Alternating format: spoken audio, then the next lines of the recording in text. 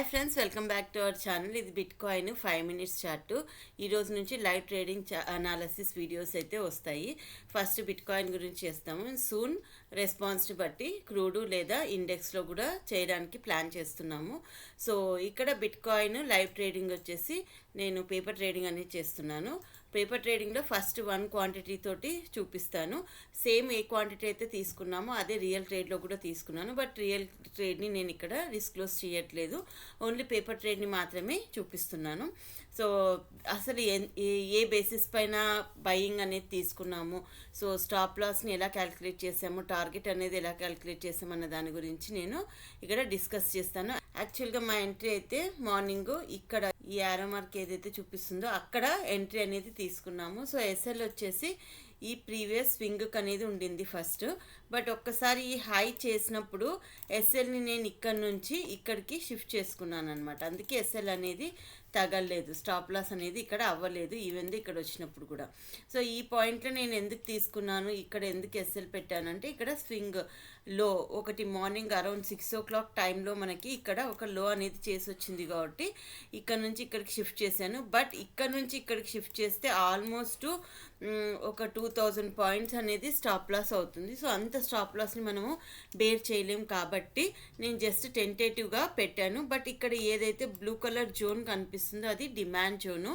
So demand zone లోపలికి ఒక candle ఒకటి వచ్చింటే 5 మినిట్స్లో నేను పొజిషన్ని క్లోజ్ చేస్తుంటే, బట్ ఇక్కడ నుంచి ఎగ్జాక్ట్గా మనకి ఈ డిమాండ్ జోన్ నుంచి మార్కెట్ అనేది సపోర్ట్ తీసుకెళ్ళింది. సో అందుకోసమని నెక్స్ట్ ఇక్కడ ఒక సపోర్ట్ పాయింట్ అనేది ఫామ్ అయింది, లేదా బయింగ్ ప్రెజర్ అనేది ఉంది, అందులో ఒక పిన్ బార్ అనేది మనకి ఇక్కడ ఫామ్ అయింది, ఎగ్జాక్ట్గా కనిపిస్తుంది.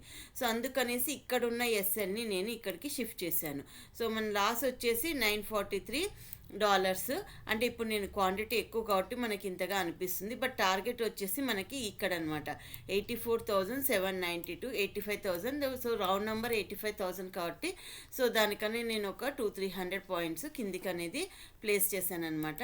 సో ఇప్పుడు చూద్దాము అసలు ఎందుకు ఏ బేసిస్ పైన తీసుకుందాము అనేసి. సో ఇక్కడ చూస్తే మనకి కంటిన్యూస్గా ఎన్ని రోజుల నుంచి 1, 2, 3, 4 డేస్ నుంచి మార్కెట్ అనేది సెల్లింగ్ ప్రెజర్ అనేది ఉందన్నమాట. సో సెల్లింగ్ ప్రెజర్ తర్వాత మేబీ బయింగ్ వెళ్ళే ఛాన్సెస్ ఉన్నాయి, అది ఒక ఫస్ట్ ప్రిడిక్షన్.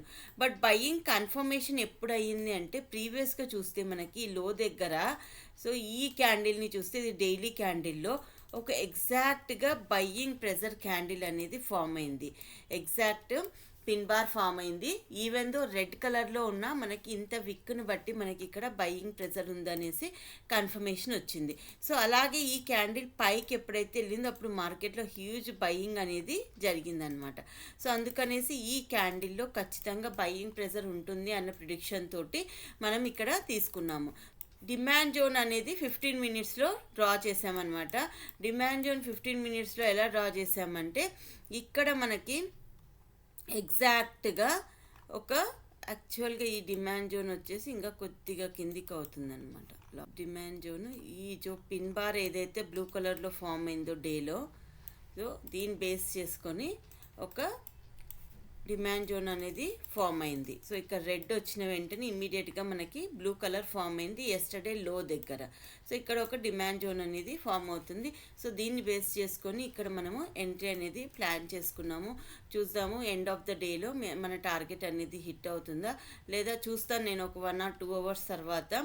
సపోజ్ ఈ ప్రీవియస్ హై ఏదైతే విక్ ఫామ్ చేసిందో అక్కడికి టార్గెట్ని స్లైట్గా చేంజ్ చేసుకోవడానికి అనేది ట్రై చేస్తాను. సో యాజ్ ఆఫ్ నో ఇప్పుడైతే $357 అనేది ఉన్నాయి. సో ఇది కూడా మంచి అమౌంటే. సో ఇలాగా ట్రేడ్ అనేది ప్లాన్ చేసుకోవాలి. సిమిలర్గా ఇలాంటి లైవ్ ట్రేడింగ్ అనాలిసిస్ వీడియోస్ అనేది ఇప్పటి నుంచి కంటిన్యూస్గా పోస్ట్ చేస్తాం ఈ ఛానల్లో. సో ఇలాంటి మరెన్నో వీడియోస్ కోసం ఈ ఛానల్ని సబ్స్క్రైబ్ చేసుకోండి. Thank you.